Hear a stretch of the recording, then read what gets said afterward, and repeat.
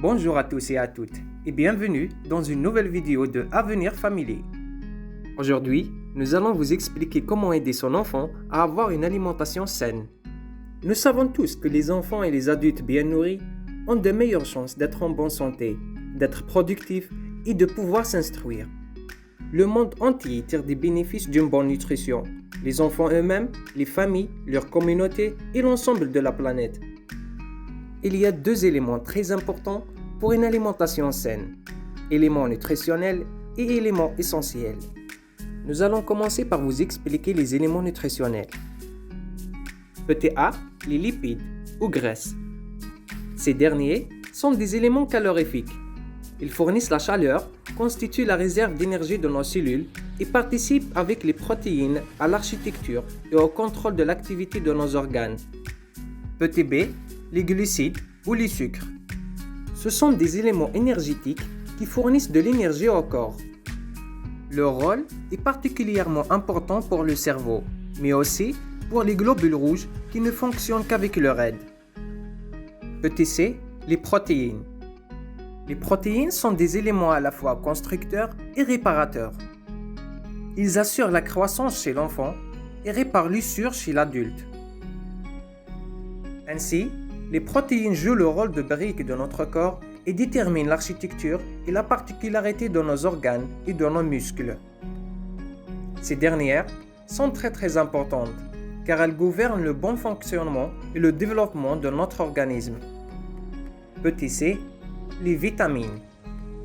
Les vitamines sont des substances organiques sans valeur énergétique propre, qui sont nécessaires à l'organisme et que l'homme ne peut synthétiser en quantité suffisante. Elles doivent être fournies par l'alimentation, et 13 substances répondent à cette définition. Les sels minéraux et les oligo-éléments. Fournis en quantité suffisante par une alimentation variée et équilibrée, les sels minéraux et les oligo-éléments sont indispensables à notre santé. Ils assurent de nombreuses fonctions vitales dans notre organisme, dont les besoins diffèrent selon l'âge, le sexe et les habitudes de la vie. Et enfin, l'eau. L'eau est indispensable pour remplacer les pertes hydriques de l'organisme, ces dernières causées par les transpirations, urine ou même la respiration. Elle irrigue l'ensemble de nos cellules, permet la diffusion de l'oxygène ou des messagers chimiques comme les hormones dans notre organisme et assure la répartition des nutriments comme les protéines, les glucides, les lipides et les vitamines vers nos organes vitaux. Nous allons maintenant vous parler des aliments essentiels, dont on compte les fruits et légumes. Les fruits et les légumes sont composés de fibres bien tolérées. Ils sont indispensables au transit intestinal et riches en vitamines et en sels minéraux. À partir du premier rang, les crudités sont composées. L'enfant peut donc se nourrir des fruits et légumes une fois par jour. Les fruits et légumes crus peuvent être servis au début de repas. Les vitamines sont alors mieux absorbées.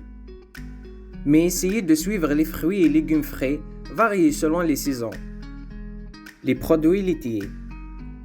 Le lait doit rester la base de l'alimentation avec au moins 500 ml de lait sur la journée. Il est riche en calcium, protéines et vitamines. Viande, poisson et les œufs. À partir du 8e mois, la viande, le poisson et les œufs seront introduits en petite quantité. Ils sont source de protéines et de fer dont les besoins sont importants à cet âge. Et enfin, les féculents.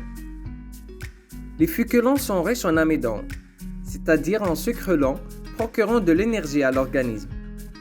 Mais il n'existe pas d'énormes besoins jusqu'au 18e mois, l'âge confirmé de la marche. À noter que certains enfants sont plus méfiants envers la nourriture.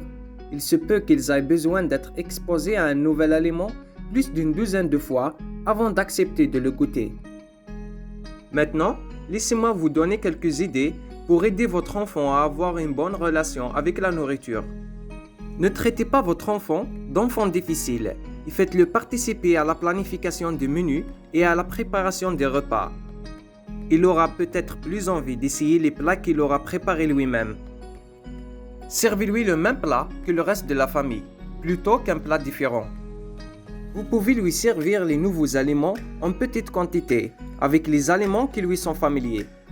Et surtout, Permettez-lui de servir et de manger tout seul. Les recherches montrent que les comportements difficiles à table disparaissent tout seuls, pour autant qu'il n'y ait pas de pression, de chantage et trop de règles en matière d'alimentation. Si votre enfant refuse les plats contenant des fruits et légumes, voici quelques idées pour aider votre enfant à les apprécier. Laissez votre enfant vous aider à laver, à peler et à couper les légumes et les fruits. Ensuite, servez les légumes et les fruits de différentes façons. Cuits à la vapeur, grillés ou frais. Ajoutez les fruits et légumes dans des boissons, des sautés et des pizzas, ou même dans les pâtes de muffins. Vous pouvez aussi servir des légumes et des fruits que votre enfant n'a jamais goûté. La constipation. On parle de la constipation chez l'enfant lorsqu'il va à la selle moins de 2 fois par semaine. Elle se caractérise par une diminution de la fréquence des selles et des difficultés, de la douleur au moment de leur émission. Les causes sont souvent liées au mode de vie et à l'alimentation. Voici quelques idées pour prévenir la constipation. Offrez régulièrement des légumes et fruits et choisissez des produits céréaliers de grains entiers et des recettes à base de grains entiers. Servez souvent des lentilles, des pois et des haricots secs. N'oubliez pas d'offrir souvent les boissons comme l'eau et le lait et encouragez l'activité physique. Enfin, nous sommes arrivés à la fin de la vidéo. Si vous l'avez aimé, n'oubliez pas de mettre un pouce bleu et de s'abonner à la chaîne YouTube pour ne pas rater les prochaines vidéos. Au revoir.